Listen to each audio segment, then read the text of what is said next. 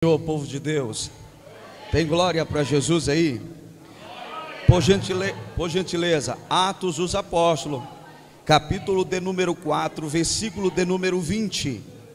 Livro de Atos dos Apóstolos, capítulo de número 4, versículo de número 20. Ao nosso Deus honra, glória, louvor, poder e gratidão, não só pelo que Ele tem feito, mas pelo que Ele é nas nossas vidas. Quem encontrou, diga: eu achei. Porque não podemos deixar de falar do que temos visto e ouvido. Eu vou repetir para os internautas, minha família que está me assistindo, porque não podemos deixar de falar do que temos visto e ouvido. Pode sentar, por gentileza. Enquanto você se assenta, minha gratidão ao Senhor pela vida do pastor Rafael, presidente da Conferência Viva, sua família. Louvar a Deus pela vida do pastor Paulo, nosso amigo, o nobre ministro que hospeda o evento. Deus abençoe grandemente. Nossos amigos, que não dá para citar todos, porque meu tempo é bem corridinho, e aí eu preciso aplicar aquilo que Deus colocou em meu coração, à luz das Escrituras, para os que estão me ouvindo e os que estão aqui.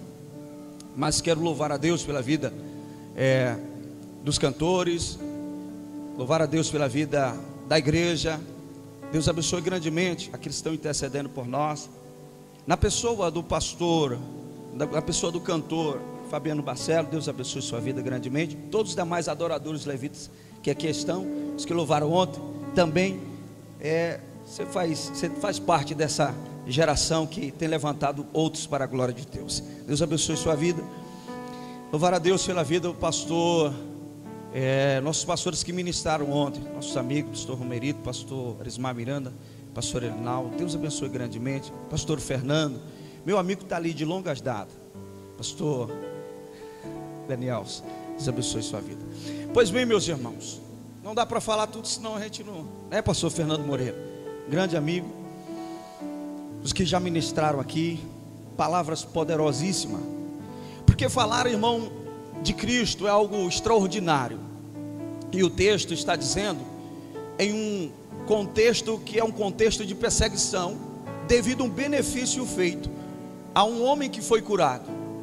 E quem está falando aqui é Pedro e João, dois dos apóstolos de Cristo. E eles estão dizendo: olha o seguinte, nós não podemos deixar de falar do que temos visto e ouvido. E falar de Jesus é algo incrível. Por quê, pastor? Porque Jesus, como homem, foi o mais humilde, como servo foi o mais sofredor, e como filho foi obediente ao pai até a última instância. Porque, alguém entendeu aqui? Como filho foi obediente até a última instância, porque veio amando do pai, revelou o pai aos homens, falou do pai, glorificou o pai, morreu em ordem do pai, ressuscitou em ordem do pai, foi para o pai em ordem do pai, vai voltar para buscar a igreja, para a igreja estar com o pai. Só quem vai, só quem vai, só quem vai. Oh glória! Então, vamos falar de Cristo, é uma fonte inesgotável, porque se subirmos o mais alto monte, ainda não vamos chegar ao topo, porque sempre tem mais. Se descermos o mais profundo do oceano, ainda tem mais para nós. Não vamos chegar ao fundo, na realidade, porque sempre tem coisas profundas acerca de Cristo, à luz das Escrituras. Olhando para Cristo, desde o seu, antes de nascer, ao seu nascimento, Jesus passou, pastor Fernando Moreira, nessa terra. O seu ministério foi só 3 anos, quase 3 anos e meio. Mas Jesus se preparou 30 anos para 3 anos e meio. Eu vou repetir: Jesus passou, o seu ministério foi só 3 anos e meio, mas se preparou 30 anos para poder assumir aquilo que Deus havia preparado. Oh glória! Então, irmãos, olhando para a ótica do ministério de Cristo, nós aprendemos muita coisa. Por quê, pastor? Porque Jesus foi aquele que foi aonde ninguém queria ir, levantou aqueles que ninguém queria levantar, abraçou aqueles que ninguém queria abraçar. Eu vou repetir: Jesus foi o único que foi aonde ninguém queria ir, abraçou aqueles que ninguém queria abraçar, levantou aqueles que ninguém queria levantar. Por sinal, você estava aqui quebrado, era arrebentado, mentiroso, cachaceiro, cheio de mazela, mas Jesus disse: eu te olhei primeiro, eu te amei primeiro. Oh glória, eu te perdoei, te lavei com meu sangue e te coloquei de pé para estar me adorando. Sabe por que o povo nos ouve, não é por causa de nós mesmos, é a graça dele na nossa vida. Sabe por que você canta e o povo te ouve? É a graça dele na sua vida, é ele. Então falar de Jesus é uma fonte inesgotável. Logo aprendemos, irmãos, que o ministério de Jesus, desde o seu nascimento, desde o seu ministério, seus sinais, seus milagres, as maravilhas que ele fez, seus ensinamentos são extraordinários. Sua morte e ressurreição e ascensão ao céu é incrível. Mas olhando para o contexto da vida de Jesus, antes de nascer, Jesus já passou algumas situações, porque eu e você não somos o primeiro a passar algumas situações. Qual situação, pastor? A não ter um lugar para ficar. Logo quando olhamos para a Bíblia, em Lucas capítulo de número 2, versículo de número 6 e versículo de número 7, o texto vai nos dizer, o que, pastor? Que quando José e Maria foram para Belém, casa de pão, o texto vai dizer que o verso 6, ela já está em dores de parto, e o texto diz que não foi achado lugar para uma mãe que está grávida na hospedaria na grande casa. Logo nós aprendemos, pastor Cirnando, algo incrível.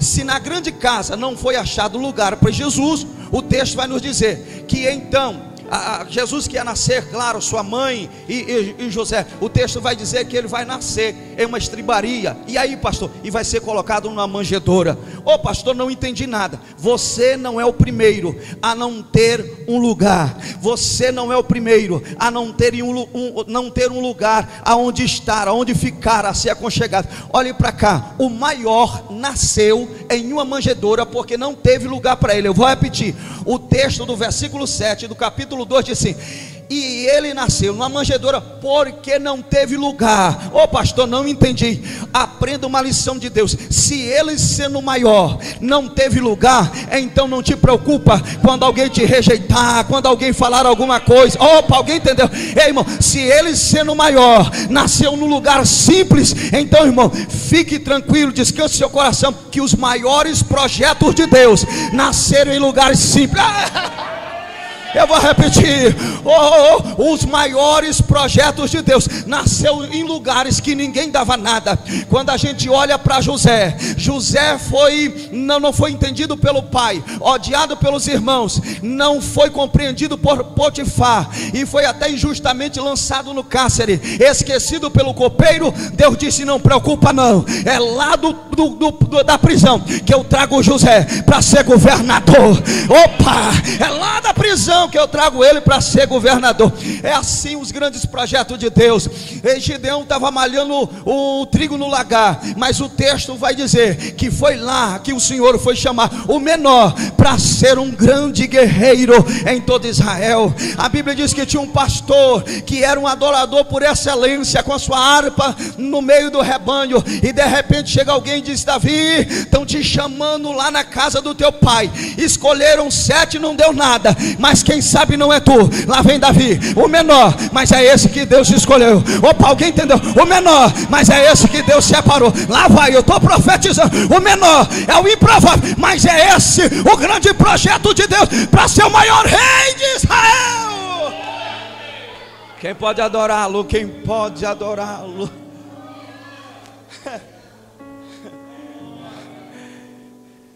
Os grandes projetos de Deus nascem em lugares que ninguém dá nada. O maior, é tão fato isso, que quando os anjos visitam os pastores, que são os primeiros pregadores daquela época, a liderança, o texto vai dizer: um sinal será vos dado, vocês vão achar o menino numa manjedoura. E eles alegres foram lá, acharam o maior em um lugar tão simples. Tem gente, eita, alguém entendeu aí? Lá vai descer o quentinho. Irmão, aprenda que lugar grande, Deus só vai te colocar em lugares grandes quando você aprender a valorizar os lugares simples. Eu vou repetir, tem gente que já quer estar em casa grande, tem gente que já quer estar numa. Ei, meu filho, para chegar até aqui não é assim não. Passa pelo lugares simples, passa pelo lugares simples. Não despreza os lugares simples, que Deus pode te colocar em lugares altos e grandes, mas aprenda nos lugares simples. O maior nasceu em lugar simples. Você não é o primeiro a não ter um lugar para você, mas você também não é o primeiro a ser perseguido. Após Jesus nascer, ele foi perseguido, mas o texto diz que, sendo ele perseguido, Deus o guardou. Ô pastor, não entendi, eu vou ser rápido.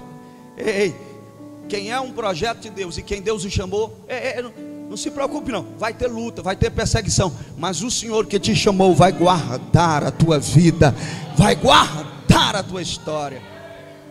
Você não é o primeiro a ser esquecido em uma festa. Não botaram meu nome no cartaz, não citaram meu nome no coral, não citaram o meu nome no meio dos obreiros, ciclo de oração, A, B, C. Preocupe com isso não, preocupe com o nome que está sobre a sua vida.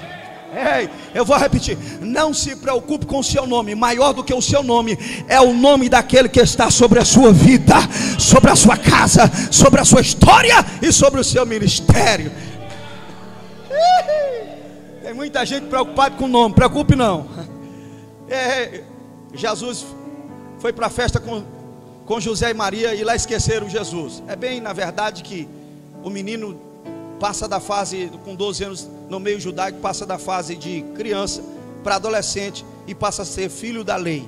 Então ele passa a viver e participar das comunidades, do contexto judaico da época. Mas esqueceram ele na festa, ficaram desapercebidos e na trajetória caçaram entre as bagagens, entre os parentes. Cadê Jesus? Cadê Jesus? Cadê? A festa foi boa, foi muita glória, foi muita unção, foi muito poder, adoramos, mas esquecemos de Jesus na festa. Pastor, não entendi. Voltaram para trás e acharam o menino ensinando doutores, falando da palavra do Senhor. E aí, pastor, olha uma coisa interessante. O texto diz que quando a sua mãe se refere a ele, diz: eu estou cuidando do projeto do meu pai. O que é que tá falando? O que tu fizeste? Eu estou cuidando do projeto do meu pai, das coisas do pai, da vontade do pai. Oh glória, pastor, não entendi. Ainda que alguém tenha esquecido de você, continue no projeto. Eu vou repetir, olha a aplicação de Deus para você. Ainda que alguém esqueça de você, que não dê nada por você, não fale mal, não critique. Diga assim: eu estou no projeto, eu estou no projeto, eu vou continuar firme, eu vou continuar no meu propósito, mas vou continuar obedecendo. Você não é o primeiro, irmão, a ser traído. Quando Jesus começou o seu ministério, não é fácil você mexer com pessoas. Na vida de Jesus teve pessoas que ficaram e outras que não ficaram. Teve pessoas que somaram, ajudaram, mas depois negaram. E teve pessoas que o traíram e se perderam na jornada. Para o que negou Jesus, pastor Paulo, ele ainda perdoou, que foi o Pedro. Mas para o que vendeu ele por moedas, infelizmente se perdeu na jornada. E aí, pastor, até as moedas que foram contrárias, pode ler o texto de Mateus, até as moedas que foram contrárias. Naquela época os peregrinos vinham para as festas e muitos morriam na estrada e não tinham amparo. E as famílias ficavam muito decepcionadas porque não tinham onde enterrar alguém, o seu ente querido. Mas quando as moedas que foram usadas por Judas para atrair Jesus, estas mesmas foram usadas para comprar um campo de sangue. E aí, ou seja, um lugar para dar amparo para quem não tinha. Pastor, não entendi. Não te preocupa se alguém te traiu. Até alguém que te traiu, Deus ainda usa alguma coisa ao teu favor. Ao teu favor. Glória, eu vou repetir. Deus ainda usa o que é contrário em favor daqueles que o honram, daqueles que estão debaixo da sua palavra, daqueles que estão debaixo do propósito. Tem nada não, pode falar mal, tem nada não, pode criticar, tem nada não. Deus está na minha vida, é isso que importa. Amanhã Ele vai dar resposta, amanhã o nome dEle vai ser glorificado. A palavra de Deus para você é: não olha para quem te traiu, não fala nada, continua na fé, continua na palavra, continua na unção, continua pregando. Alguém entendeu o que? Continua pregando, continua adorando, continua confiando, continua de pé no propósito, na presença de Deus. Tem alguém entendendo ali?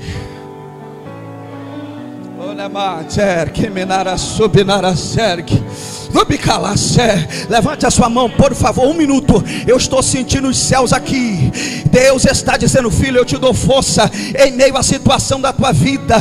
Eu te dou graça em meio às situações da tua vida. Eu sustento o teu ministério. Quem te chamou foi eu. Quem cuida de você sou eu. Quem sustenta a tua casa sou eu. Continua firme no propósito.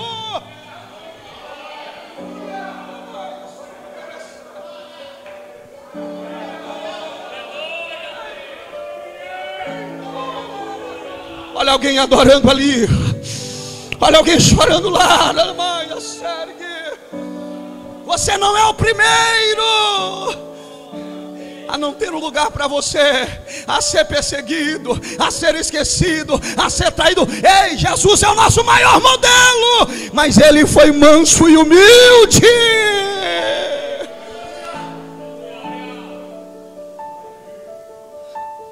Oh, glória.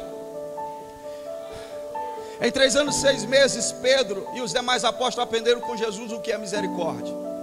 Em 3 anos e 6 meses eles aprenderam o que é vida gerando vida. Em 3 anos e 6 meses, após a ressurreição de Cristo, que é a ascensão de Cristo, e a ascensão de Cristo, eles aprenderam que Pentecoste é poder de Deus. Eu vou repetir. Em 3 anos e 6 meses, os discípulos com Jesus, eles aprenderam o que é misericórdia e o que é gerar vida. E no Pentecoste eles aprenderam que poder de Deus é para levantar vidas. Segure aí, livro de Atos dos Apóstolos, são exatamente 28 capítulos, 980 versículos. Se divide do capítulo de número 1 ao 12, se divide de tudo aquilo que Deus fez para restaurar a igreja em Israel, a igreja de Israel, os judeus. Do 13 ao 28 é a igreja gentílica sendo estabelecida mais ainda. Do capítulo 1 ao capítulo 12 é exatamente tudo aquilo que Deus fez por meio do Pedro. Lembra do Pedro? Que nunca passou uma faculdade, não passou na faculdade judaica. Agora do capítulo de número 13 ao 28, entendam bem, é o Paulo que passou em faculdade. E aí, pastor, eu vejo muita gente batendo em teólogo, falando isso, aquilo, outro. Irmão, o que é, quem foi o maior teólogo do Novo Testamento? Paulo. E Pedro, irmão, ainda deixou 3 cartas. E foi um apóstolo pungente, cheio do Espírito. Negou Jesus, mas foi restaurado. O que tem problema com alguém? Irmão, se você não pode ajudar, não atira uma pedra não. Ei, então e aí, pastor? Do capítulo 1 ao capítulo 12 é tudo aquilo que Deus fez por meio do Pedro. Como, pastor? Usando ele, levantando ele e usando ele para restaurar vidas.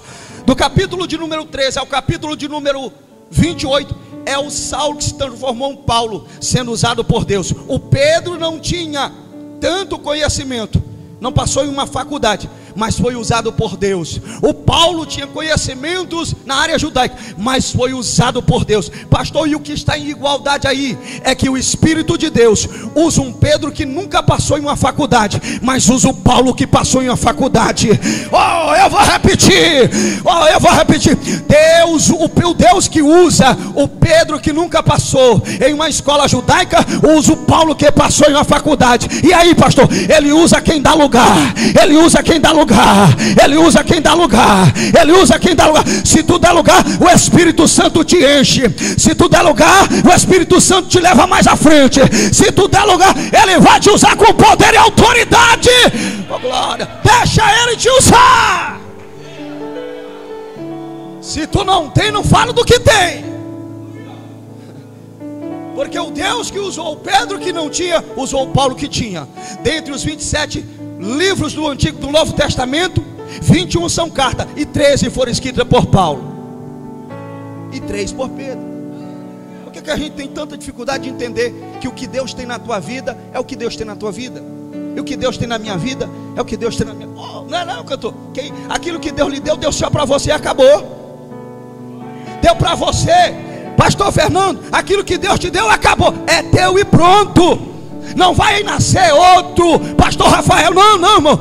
Quem tem, tem, meu filho, quem tem, tem. Eu vou repetir, quem tem, tem. Deus usa o que não tem, coloca mais sobre ele, e Deus usa o que tem e coloca mais sobre ele, para a glória dele, para que o nome dele seja glorificado. Eu vou repetir, quem canta, quem prega, quem serve, quem faz alguma coisa no reino, faz para a glória dele.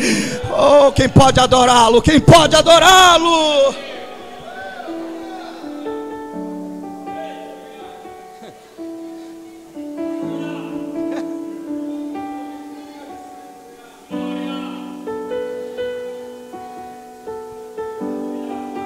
Eu estou sentindo Jesus aqui.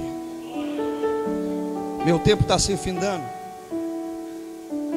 E o capítulo, o que nós fizemos ainda agora é que em 3 anos e 6 meses eles aprenderam com Jesus que é misericórdia. Por quê, pastor? Jesus ensinou para eles aquilo que eles não entendiam na época. Eles entendiam muito daquilo que a lei, os fariseus diziam, os saduceus diziam, os mestres diziam.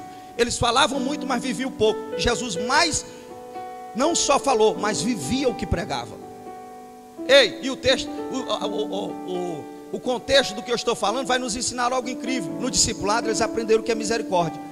Jesus tocou em leproso quando ninguém queria tocar. Jesus levantou morto quando ninguém podia fazer, ele foi lá. Jesus levantou paralítico, sentou com prostituta, não se prostituiu, mas sentou e levantou ela como a maior pregadora de todos os tempos, a mulher samaritana. Jesus ensinou, eu vou repetir, em 3 anos e 6 meses Jesus ensinou por discípulos. Vou ensinar para vocês, vocês não podem ficar fariseus, cegos, que pregam uma coisa que não vive. Eu vou ensinar para você que eu detenho a palavra, eu sou a palavra, mas eu vivo ela. Eu estendo a mão com amor, quem está caído eu levanto, quem está fraco eu dou força, quem está desanimado eu dou ânimo, eu perdoo, eu restauro, eu levanto. Aprendo o que é misericórdia. Quem nunca experimentou a graça e a misericórdia não sabe o valor de uma alma. No Calvário não, eles aprenderam o que era, pastor. Eles aprenderam que é vida gerando vida. Jesus foi ao Calvário para gerar vida para mim e para você, para que eu e você pudéssemos ser, no Espírito, na palavra, geradores de vida. Geradores. Jesus foi ao Calvário para nos gerar vida, que estávamos mortos, para que eu e você pudéssemos gerar vida para quem não tem vida. E o reino é isso, pastor Rafael, é vida gerando vida. Eu recebi vida, perdão e graça, eu gero para quem não tem, eu dou para quem não tem. Eita, quem tem, tem, irmão. Quem tem, tem, quem tem, tem. Gera vida para quem precisa. E Deus te chamou como gerador de vida.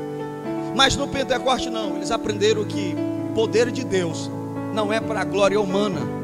Poder de Deus não é para a vanglória humana, não é para disputa, quem canta bem, quem canta mais, quem prega, quem serve, quem tem um rebanho maior, quem não tem, não. Poder de Deus, irmão, é para levantar vidas. Eles iam entrando a hora nona da oração e encontraram um homem que está há muito tempo, ele é adorador, ele só não tinha a condição de entrar no templo. Muito mais do que a moeda, irmão, era o desejo que estava no seu coração. Dá-nos uma esmola. Dá uma esmola aí. Não tem um outro, tem prato que tem. Nós não temos moeda, mas nós temos o nome de Jesus. Aquilo que nós temos, nós damos. E eu vou repetir isso aqui: só dá quem tem, irmão. Esse negócio é só dá quem tem. Quem tem misericórdia dá misericórdia. Quem já experimentou, ele passa para quem não tem. Quem já experimentou a graça, ajuda alguém que caiu. Só dá aquilo que tem. E ele, o que eu tenho, em nome de Jesus, levanta e anda. Levantou. E ele não foi para sua casa. A primeira coisa que ele fez era um adorador na porta que precisava entrar. Ele já entrou pulando e saltando. Eu estou curado, eu estou curado. Ei, irmão, tem gente que não tem capacidade de adorar estando bonzinho, mas um que era paralítico na porta, na hora que recebeu a cura, a primeira coisa foi: eu sei o lugar da adoração, eu vou agradecer. É no templo que eu agradeço, é no templo que eu adoro, é no templo que eu exalto. E é por causa desse benefício, depois de Pedro se levantar e pregar o evangelho, desse homem ser curado, quase 5.000 almas vêm para Jesus. É que os homens vêm até ele, os mestres, os capitões, os sacerdotes, e prendem ele, deixam a noite todinha preso. Olha aí, irmão, por fazer benefício no reino e uma vida, são presos. Aí tem alguém por mínimas coisas que quer desistir. Estão falando mal de mim, estão me perseguindo, não me apresentaram no culto. E outra coisa, irmão, ficaram a noite todinha no Chilindró, presos. E aí, pastor, de manhã trouxeram eles, e Pedro ousadamente disse: nenhum outro há salvação, porque também debaixo do céu não existe outro nome dado entre os homens pelo qual devemos ser salvos. E aí, é para vocês calar, vocês não podem falar mais desse nome, vocês têm que ficar calado. A gente até que sabe, e temos ciência, que Deus é com vocês, porque é notório esse sinal. Você sabia, irmão, que eles até sabem que Deus é com a gente? Mas não ajuda não. Ele quer matar. Eu vou encerrar agora. Ele não ajuda não, ele quer parar. Mas não liga não, irmão. Continua ousadamente pregando a palavra. Continua ousadamente na presença de Deus. Continua ousadamente adorando ao Rei da Glória, fazendo aquilo que Deus te confiou. Continua, não para. É por isso que Pedro disse: nós não podemos deixar de falar do que temos visto e ouvido. E o que tu viu, Pedro? Eu vi. Eu estava num barco em um momento de crise. Quando Jesus entrou no meu barco, a minha vida foi mudada. Alguém entendeu ali? Eu estava em um momento de crise na minha vida. E o que tu viu? Eu vi ele entrar no barco, ele pregar a palavra, ele dar uma palavra, e houve uma pesca maravilhosa, e minha vida nunca mais foi a mesma. O que tu viu, Pedro? Eu vi ele andando por cima das águas. E quando eu vi ele andando por cima das águas, eu disse: deixa eu ir também. Eu andei por cima das águas. O que tu viu, Pedro? Eu vi ele dizer que eu ia negar ele. Eu neguei, mas eu vi ele dizer: ei, Pedro, eu te restauro, eu te levanto, eu te perdoo, eu te coloco de pé. Quem pode adorar? Quem pode adorar? Se coloca de pé adorando a Jesus.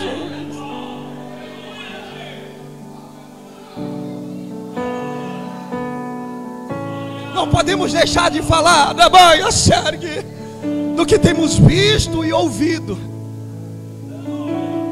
Querem calar a voz da igreja, mas a igreja continua de pé. Alguém diz assim: essa geração é a geração. Irmão, nunca vai faltar crentes fiéis, nunca vai faltar uma igreja como Filadélfia, nunca. Eu vou repetir, aí o caba chega: essa geração, irmão, nunca vai faltar a igreja como Filadélfia, nunca vai faltar a igreja como Esmina.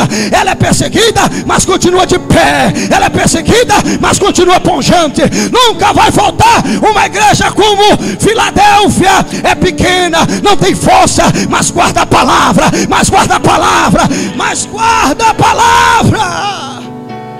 Eu encerro agora.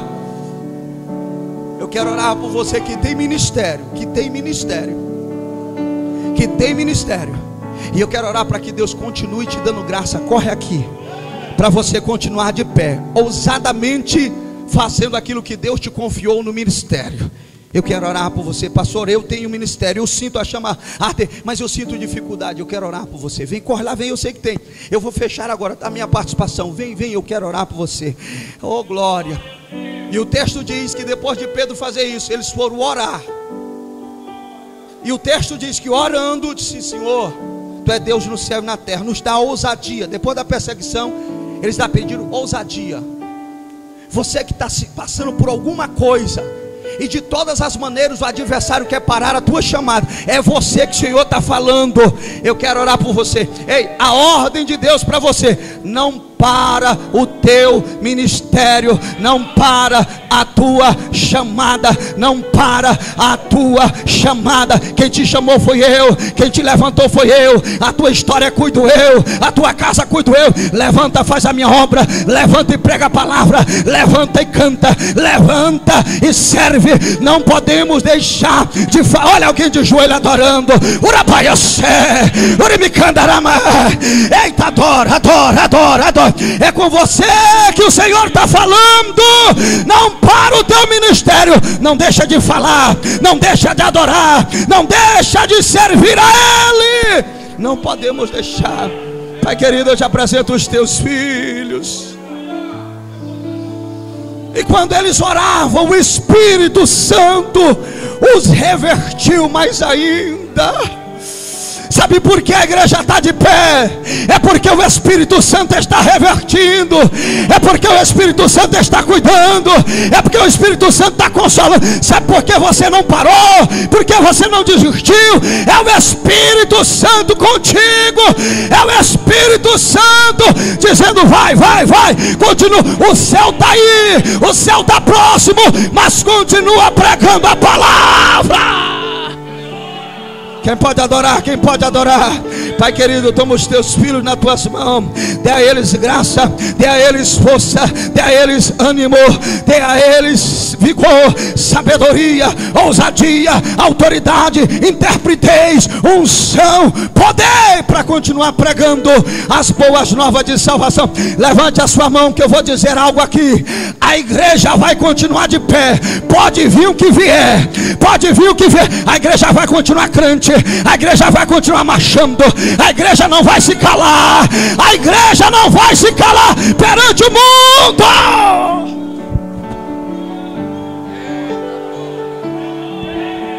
Eita glória!